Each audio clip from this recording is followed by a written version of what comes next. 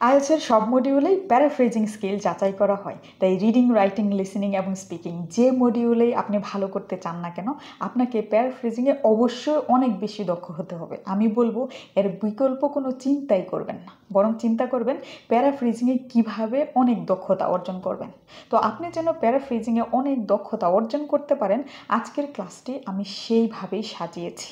আজকের ক্লাসে আমি মূলত আলোচনা করব প্যারাফ্রেজিং কী বা কাকে বলে, কতভাবে আমরা প্যারাফ্রেজিং করতে পারি এবং এই যতভাবে আমরা প্যারাফ্রেজিং করা শিখব সেগুলো রাইটিংয়ে কীভাবে কাজে লাগাতে পারি এবং রাইটিংয়ে এই প্যারাফ্রেজিং দক্ষতা কীভাবে অর্জন করতে পারি সেটি মূল ফোকাস থাকবে।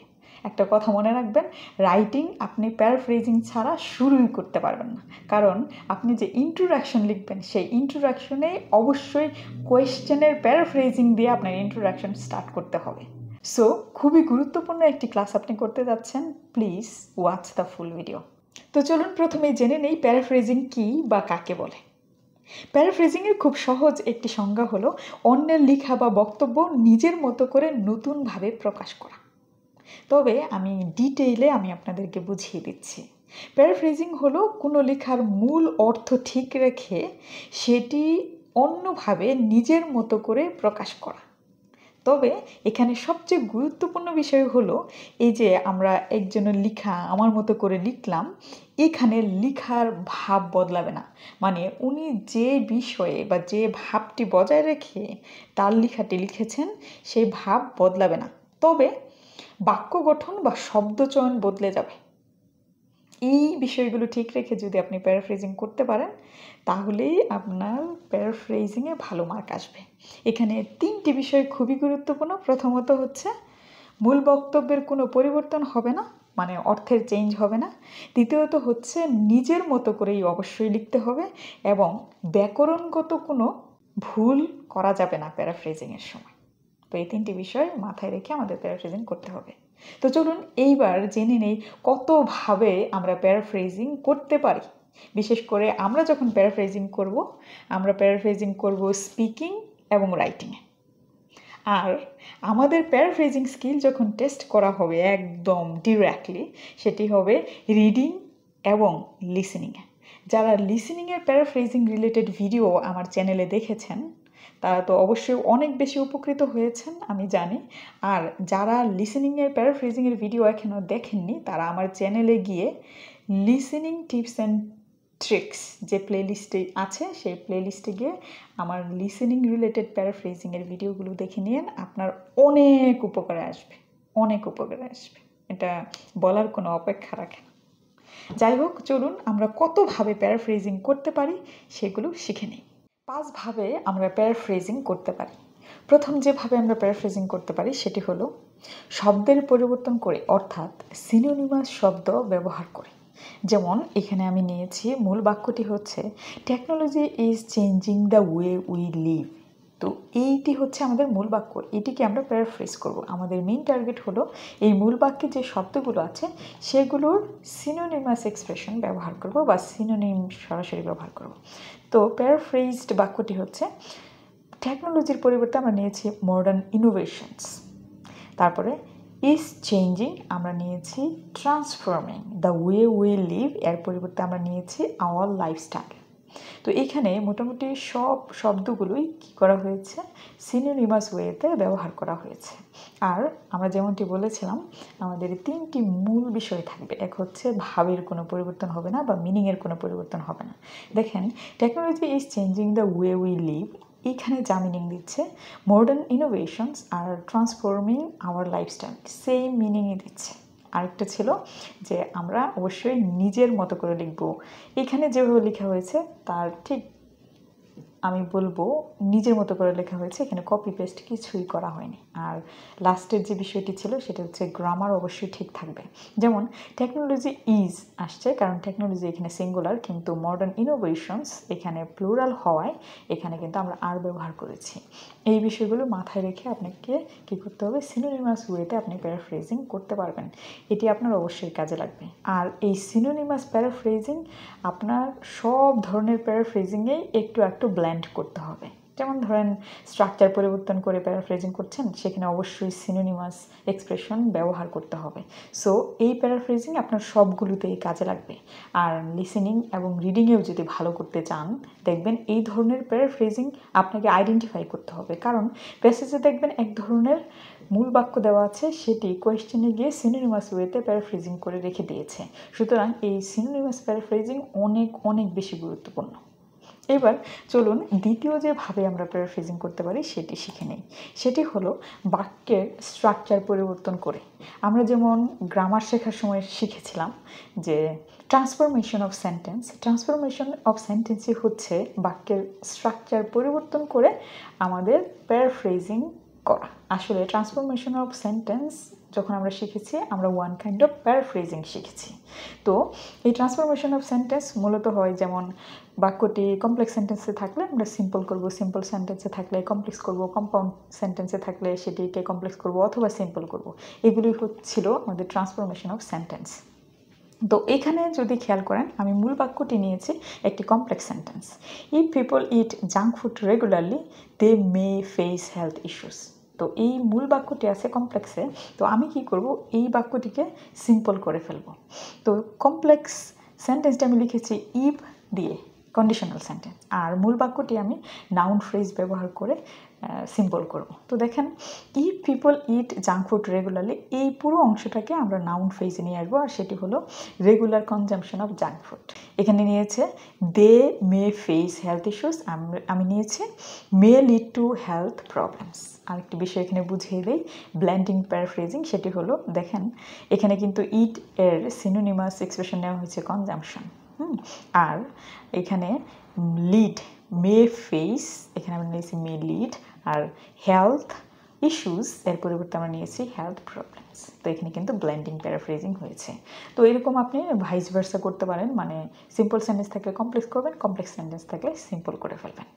এইবার তৃতীয় যেভাবে আমরা প্যারাফ্রেজিং করতে পারি সেটি হলো অ্যাক্টিভ সেন্টেন্স থাকলে সেটি প্যাসিভ করে ফেলবো, আর প্যাসিভ সেন্টেন্স থাকলে সেটি অ্যাক্টিভ করবো। এখানে মূল ভাবের কোনো পরিবর্তন হবে না, শুধু সেন্টেন্স স্ট্রাকচারের পরিবর্তন হবে।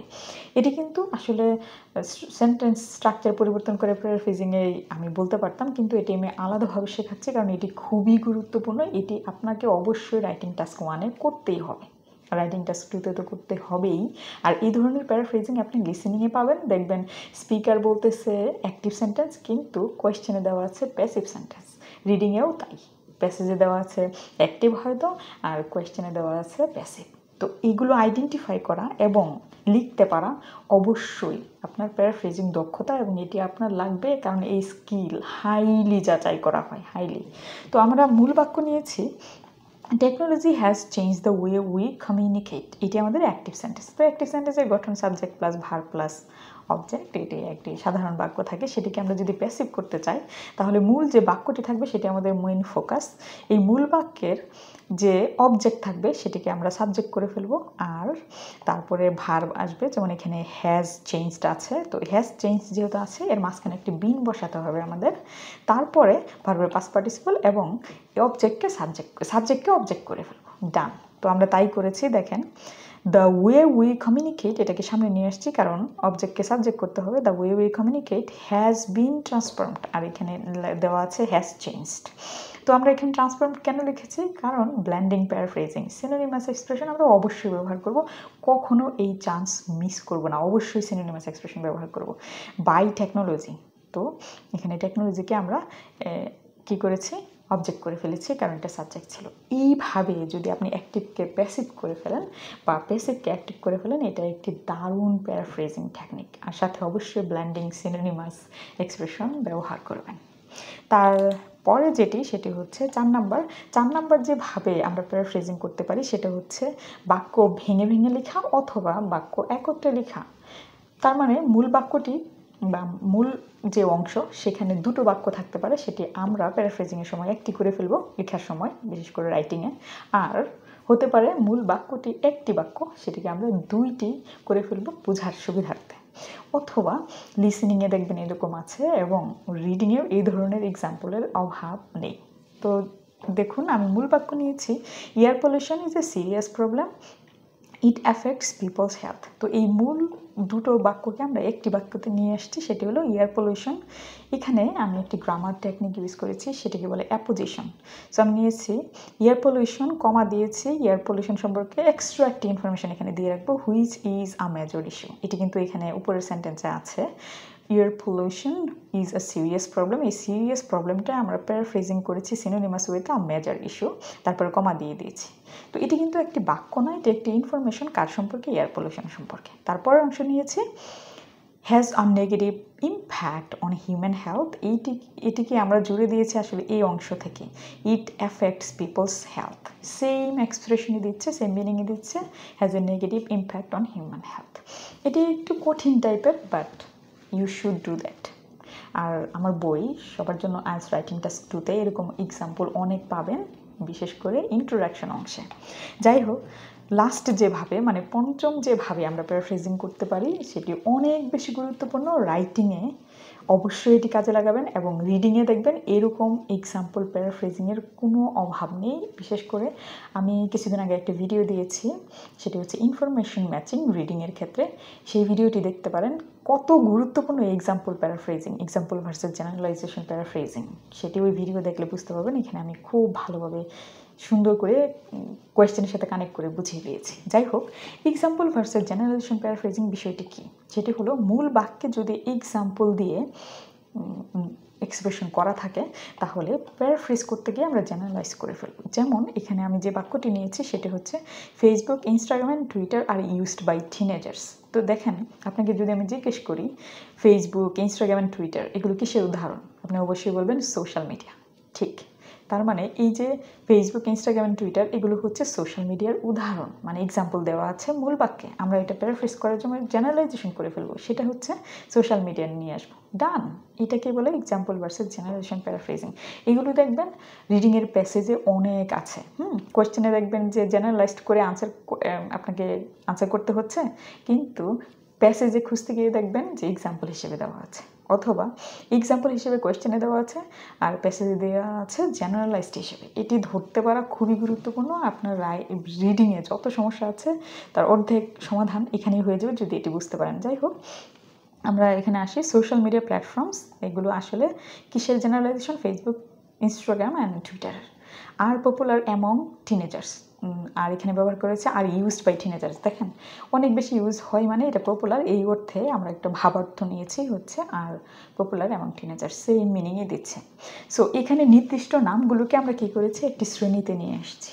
ফেসবুক, ইনস্টাগ্রাম, টুইটার, সেটাকে আমরা বলতে চাই সোশ্যাল মিডিয়া প্ল্যাটফর্মস। এটা হচ্ছে এক্সাম্পল ভার্সেস জেনারেলাইজেশন প্যারাফ্রেজিং। তো এই এক্সাম্পল ভার্সেস জেনারেলাইজেশন প্যারাফ্রেজিং যদি আপনি সুন্দর করে করতে পারেন তাহলে আপনার অনেক সমস্যার সমাধান হয়ে যাবে, বিশেষ করে রিডিং, রাইটিং, লিসেনিং এগুলোতে। আর স্পিকিংয়েও সেম ব্যবহার করতে পারেন।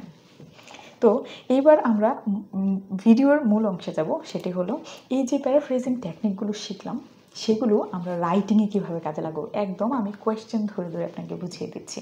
আমি কোয়েশ্চেনের অংশ নিব রাইটিংয়ের, রাইটিং টাস্ক 2, রাইটিং টাস্ক 1 এর কোয়েশ্চেনের অংশ নিব এবং এই ধরনের প্যারাফ্রেজিং টেকনিক আমরা কীভাবে কাজে লাগাতে পারি সেটি বুঝিয়ে দেবো। তবে রাইটিংয়ের ক্ষেত্রে আপনি আরও এক ধরনের প্যারাফ্রেজিং এক্সট্রা ব্যবহার করতে পারেন, যেমন আমরা সিনোনিমাস ওয়েতে প্যারাফ্রেজিং করতে পারি, ওয়ার্ড ফর্মের পরিবর্তন করেও কিন্তু প্যারাফ্রেজিং করতে পারি, তারপরে সেন্টেন্স স্ট্রাকচারের পরিবর্তন করে, তারপরে হচ্ছে পজিটিভ এক্সপ্রেশন থাকলে সেটি নেগেটিভে রিরাইট করতে পারি, অথবা নেগেটিভ এক্সপ্রেশন আমাদের মূল বাক্য থাকলে পজিটিভে সেটি রিরাইট করতে পারি। এক্সাম্পল ভার্সেস জেনারেলাইজেশন প্যারাফ্রেজিং করতে পারি। তারপরে হচ্ছে বাক্য ভেঙে লেখা থাকলে সেটি ছোটো ছোটো অংশে লিখতে পারি বা একত্রে লিখতে পারি। তো চলুন আমরা দেখে নিই রাইটিংয়ে এই ধরনের প্যারাফ্রেজিং কীভাবে করব। প্রথমে হচ্ছে সিনোনিম শব্দ ব্যবহার করে প্যারাফ্রেজিং, মানে আমাদের কোয়েশ্চেনে যা থাকবে তার সিনোনিমাস এক্সপ্রেশন ব্যবহার করব। যেমন কোয়েশ্চেন, একাডেমিক রাইটিং টাস্ক 1-এর একটি কোয়েশ্চেন আমি এখানে নিয়েছি, এটি আমরা প্যারাফ্রেজ করব। আমাদের মূল ফোকাস হচ্ছে সিনোনিম ব্যবহার করব। তবে আমরা অ্যাক্টিভকে প্যাসিভ, প্যাসিভকে অ্যাক্টিভ করেও কিন্তু ব্লেন্ড করতে পারি। হাউএভার আমরা এখানে সিনোনিম শুধু দেখব। যেমন the graph below shows the percentage of হাউসহোল্ডস in a European country with internet access between 2000 and 2020।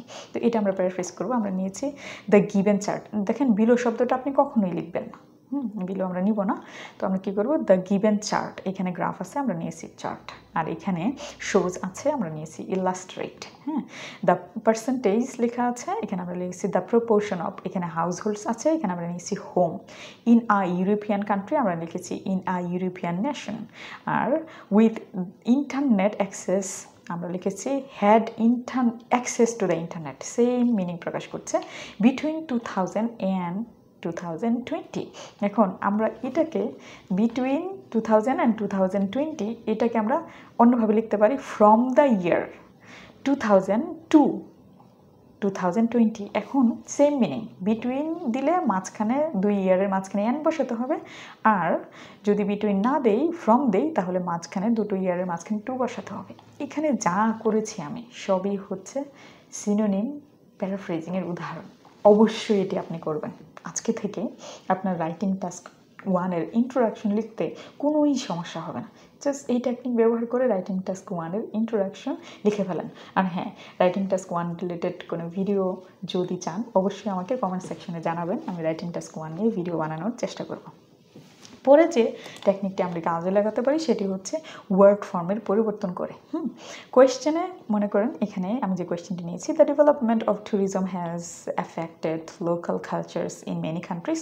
তো এই ডেভেলপমেন্ট শব্দটি একটি নাউন, এটা আমরা যখন প্যারাফ্রেজ করবো আমরা কিন্তু ভার্ব হিসেবে ব্যবহার করে প্যারাফ্রেজিং করতে পারি। এটি আমার মূল অংশ হিসেবে আমি এখানে দেখিয়েছি। যেমন tourism has developed, the development of tourism, এটাকে অন্যভাবে বলা যায় হচ্ছে tourism has developed in a way that impacts the traditional culture of various Nations. এইখানে কিন্তু ব্লেন্ডিং প্যারাফ্রেজিং হয়েছে।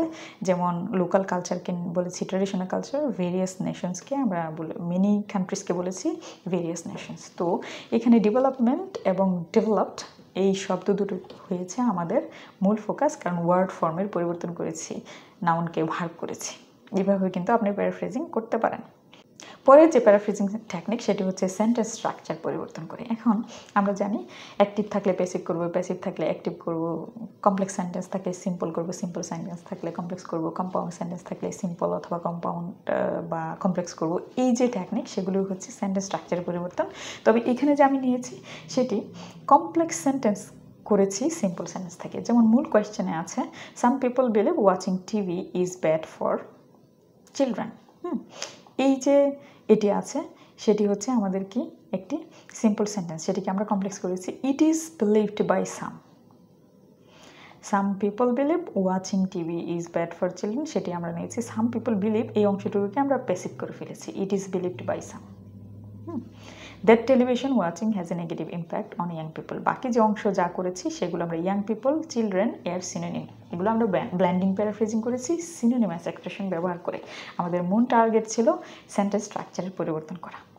পরে যেভাবে সেটি হচ্ছে পজিটিভ স্টেটমেন্টকে নেগেটিভে রিরাইট করা, আর নেগেটিভ থাকলে পজিটিভে রিরাইট করা। তো আমাদের মূল কোয়েশ্চেন যেটি আছে, কোয়েশ্চেনে আছে many people do not think university education is necessary. তো এখানে ডু নট দিয়ে বোঝা যাচ্ছে এটি একটি নেগেটিভ স্টেটমেন্ট, এটাকে আমরা পজিটিভে রিরাইট করব।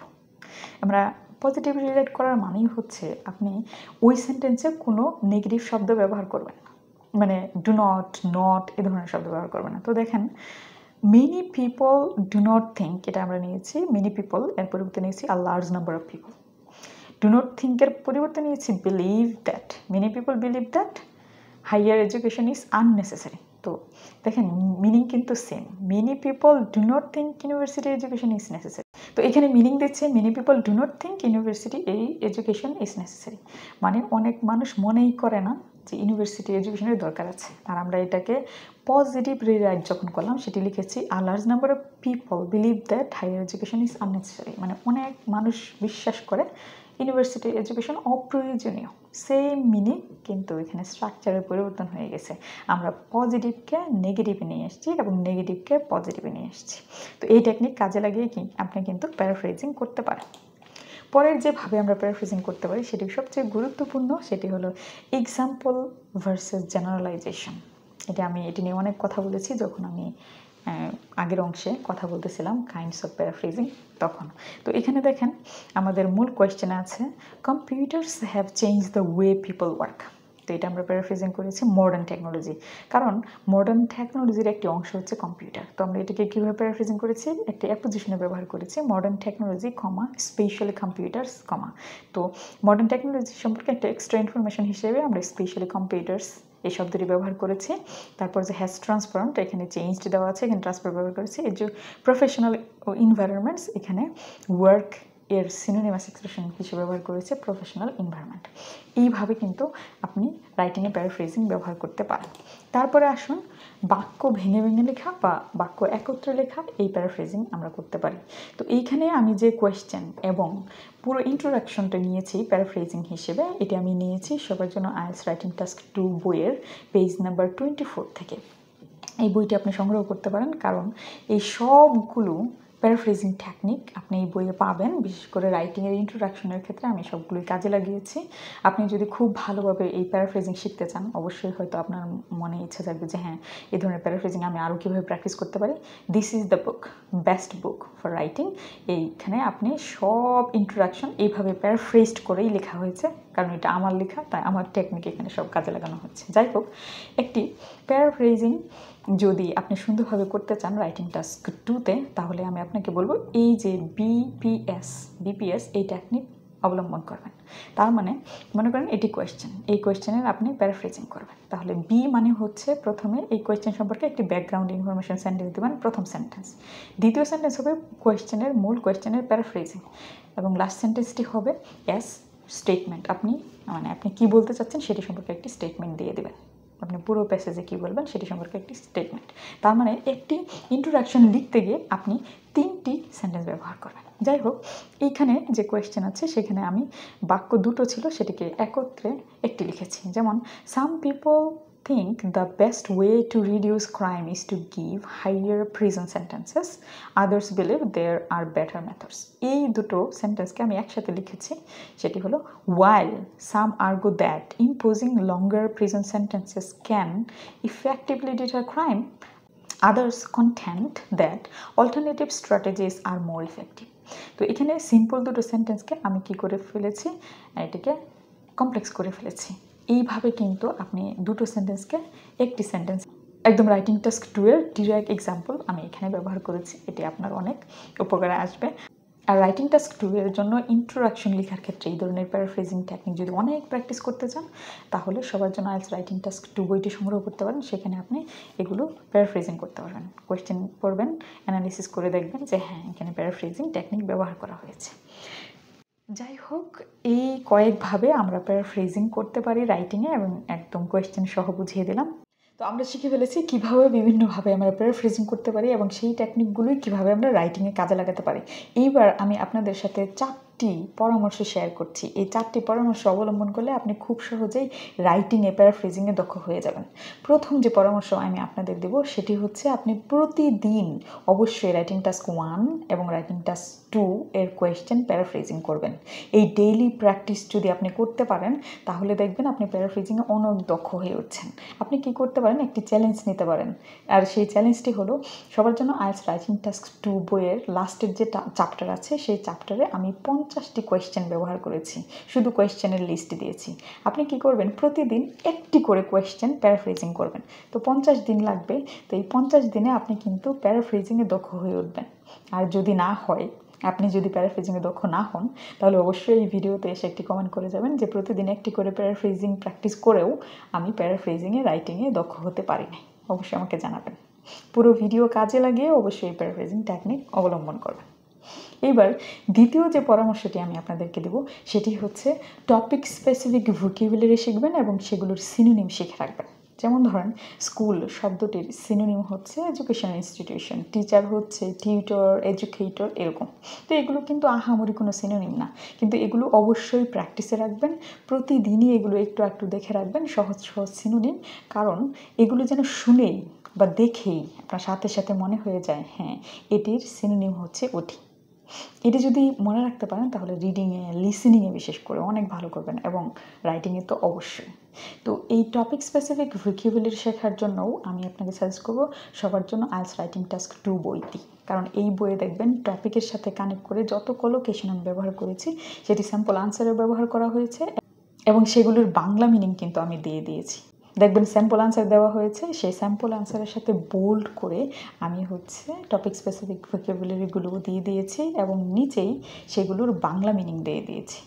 এই টপিক স্পেসিফিক ভোকাবুলারিগুলো যদি আপনি আনতে পারেন তাহলে কি হবে, তাহলে আপনি যখন কোয়েশ্চেন প্যারাফ্রেজ করবেন, যেমন ধরেন টপিক হচ্ছে এডুকেশন, তো এডুকেশন রিলেটেড কোয়েশ্চেনের প্যারাফ্রেজিং করতেছেন, তো এডুকেশন রিলেটেড কোয়েশ্চেনের প্যারাফ্রেজিং করতে গেলে আপনার এডুকেশন রিলেটেড ভোকাবুলারি লাগবে। তো আপনি যত তাড়াতাড়ি এই এডুকেশন রিলেটেড ভোকাবুলারিগুলো মনেও রাখতে পারবেন বা মনে করতে পারবেন, তত তাড়াতাড়ি আপনি কোয়েশ্চেনের প্যারাফ্রেজিংটি করে ফেলতে পারবেন। এটা একটি দারুণ টেকনিক। তৃতীয় যে পরামর্শটি আমি দেবো সেটি হচ্ছে আপনি ব্যান্ড 8 বা 9 এর স্যাম্পল আনসার প্র্যাকটিস করবেন অলওয়েজ, সেটা রাইটিং টাস্ক 1 এর জন্য হোক বা রাইটিং টাস্ক 2 এর জন্য। আপনি রাইটিং টাস্ক 2 এর জন্য যেটি করবেন, আপনি স্যাম্পল আনসার নেবেন, নিয়ে কোয়েশ্চেন যেটি আছে সেই কোয়েশ্চেনের সাথে বা কোয়েশ্চেনের জন্য স্যাম্পল আনসারে কীভাবে ইন্ট্রোডাকশনটি লিখেছে এবং কীভাবে কোয়েশ্চেনের প্যারাফ্রেজিং করা হয়েছে এটি সবসময় অ্যানালাইসিস করবেন। এটির জন্য সবার জন্য আইএলটিএস রাইটিং টাস্ক বইটি সেরা হবে। এই বইয়ে আপনি দেখবেন প্রতিটি কোয়েশ্চেনের সাথে মিল রেখে প্যারাফ্রেজিং করে ইন্ট্রোডাকশন লেখা হয়েছে, একদম ডেলিভারেটলি। দেখেন এই ভিডিওতে শেয়ার করা যত আইডিয়া আমি শেয়ার করছি সবগুলো আমার নিজের আইডিয়া, সেই আইডিয়াগুলো কিন্তু আমি অবশ্যই আমার নিজের বইয়ে অ্যাপ্লাই করবো, এটাই স্বাভাবিক, তাই আমি এই বইয়েরই রেফারেন্স দিচ্ছি। লাস্ট যে পরামর্শটি আমি আপনাকে দেবো সেটি হচ্ছে কোনো টেমপ্লেট মনে রাখা। যেমন ধরেন আপনি একদম ডিটারমাইন্ড হয়ে গেলেন যে কোয়েশ্চেন এরকম থাকলে আমি এরকম দেবো, যেমন কোয়েশ্চেনে আছে ইট ইজ অফেন আর্গুড দ্যাট, এই অংশটুকু আসছে কোয়েশ্চেনে, তো আপনার টার্গেট থাকবে এই অংশটুকু দেখলেই আপনি লিখবেন many people hold the view that, এটি একটি টেমপ্লেট, এটি থাকলে আমি এটি লিখব। আবার এরকম থাকতে পারে there is a debate about whether, তো এইটুকু থাকলে আমরা এইটুকু লিখবো সাম পিপল কোয়েশ্চেন ওয়েদার। তো এই যে একটি টেমপ্লেটের বিপরীতে আরেকটি টেমপ্লেট আপনি দাঁড় করাচ্ছেন এবং আপনি মনে করতেছেন যে কোয়েশ্চেন এটি থাকলে আমি ওইটি লিখবো আর কোয়েশ্চেন এটি থাকলে আমি ওইটি লিখবো, এই যে এটি আপনাকে অনেক দ্রুত রাইটিংয়ে প্যারাফ্রেজিং করতে সাহায্য করে। একজন আইএলটিএস পরীক্ষার্থীর জন্য প্যারাফ্রেজিং রিলেটেড যত ইনফরমেশন জানা দরকার সব এই ভিডিওতে সুন্দরভাবে একদম বেসিক লেভেল থেকে আমি শেয়ার করেছি। আমি মনে করি আমার চ্যানেলে আইএলটিএস রিলেটেড যত ইনফরমেশন ভিডিও আছে তার মধ্যে এটা বেস্ট। অবশ্যই যে আইএলটিএস নিয়ে সমস্যা আছে, লিসেনিং, রিডিং, রাইটিং, স্পিকিং যে মডিউলে হোক না কেন, অবশ্যই তাকে এই প্যারাফ্রেজিং টেকনিকগুলো অবলম্বন করে আপনি প্র্যাকটিস করতে বলবেন, তাহলে দেখবেন তাদের স্কোর ভালো আসতেছে এবং আইএলটিএসে তারা অনেক ভালো করবে। So thank you so much for watching the video.